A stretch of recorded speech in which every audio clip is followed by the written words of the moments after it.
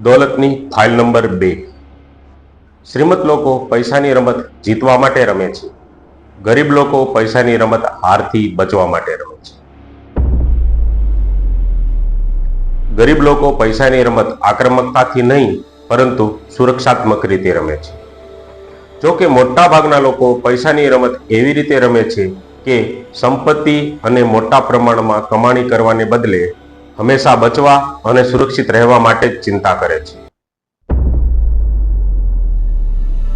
ખરેખર શ્રીમંત લોકોનું ધ્યેય મોટી માત્રામાં પૈસા કમાવા અને સમૃદ્ધિ પામવી તે હોય છે.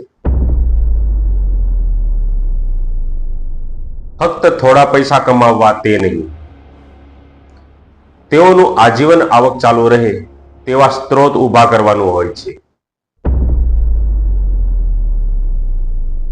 તેઓનું ધ્યેય જેમ જેમ ઉંમર વધતી જાય તેમ તેમ આવક વધતી જાય તેવું હોય છે.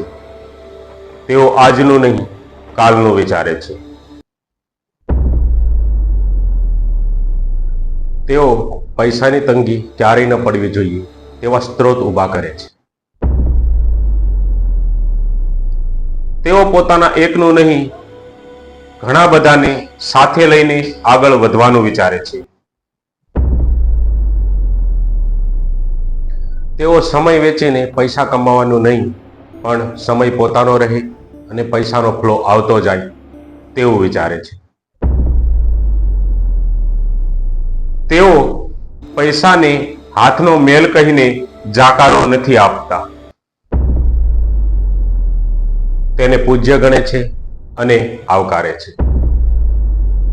બીજી બાજુ ગરીબ લોકોનું મોટું લક્ષ્ય શું હોય છે? દરરોજના ખર્ચા અને હપ્તાના પૈસા જો સમયસર મળી જાય તો ચમત્કાર થઈ જાય. તેમનો સૌથી પ્રિય શબ્દ છે નિરાત. બસ નિરાત થઈ જવી જોઈએ. તેઓ નિરાત અવસ્થામાં રહેવા માંગે છે.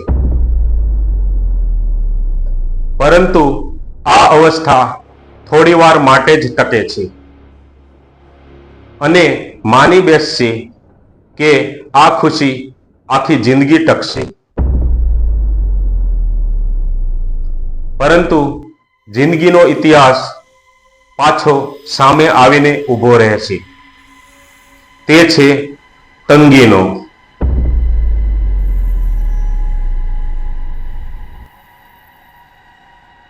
તમને આ માહિતી આપતા મને ઘણું દુઃખ થાય છે, પરંતુ નિરાત મેળવવા અને શ્રીમંત થવામાં ઘણું અંતર છે. જ્યારે આપણી આર્થિક સ્થિતિ સુધરે તો આપણે આરામદાયક સ્થિતિ પર પહોંચી જઈએ છીએ. આર્થિક દ્રષ્ટિએ આરામદાયક રહેવું સારું હોય છે. કંઈ નહીં તો તમે સારી રેસ્ટોરન્ટમાં જઈ તો શકો છો, પરંતુ તે રેસ્ટોરન્ટમાં વધુમાં વધુ શાહી પનીરનો જ ઓર્ડર આપી શકતા હોઈએ છીએ. જુઓ, શાહી પનીર ખાવામાં કોઈ ખોટી વાત તો નથી, પરંતુ તમે શાહી પનીરની જ ખાવાની ઈચ્છા રાખતા હો તો, પરંતુ વારંવાર નહીં.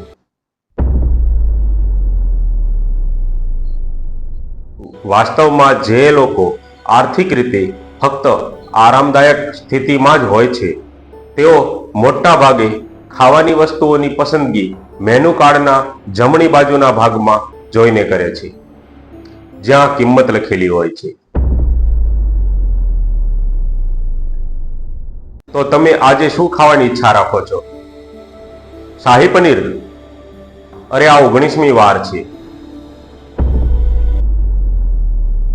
જ્યારે તમે આરામદાયી સ્થિતિમાં હો છો ત્યારે તમે મેનુ કાર્ડમાં નીચેની તરફ લખેલી આઇટમો પર નજર નાખવાની હિંમત પણ નથી કરી શકતા, કેમ કે ત્યાં મધ્યમ વર્ગીય લોકોના જોડણી કોષમાં પ્રતિબંધિત શબ્દો લખેલા હોય છે પ્રિન્ટેડ પ્રાઇસ પર, એટલે કે બજાર ભાવ પર. આ એક ઉદાહરણ હતું. મૂળ મુદ્દો આ છે કે જો તમારું લક્ષ્ય આરામદાયક જિંદગી બનાવવાનું છે તો તે વાતની સંભાવના છે કે તમે ક્યારેય શ્રીમંત નહીં બની શકો. પરંતુ જો તમારો ઈરાદો અથવા લક્ષ્ય શ્રીમંત બનવાનો છે તો એ વાતની સંભાવના ચોક્કસ છે કે તમે આરામદાયક જિંદગી તો બનાવી જ શકશો. પછી મેનુ કાર્ડના જમણી બાજુ જોવાની જરૂર નહીં પડે કે ભાવ નહીં પૂછવો પડે.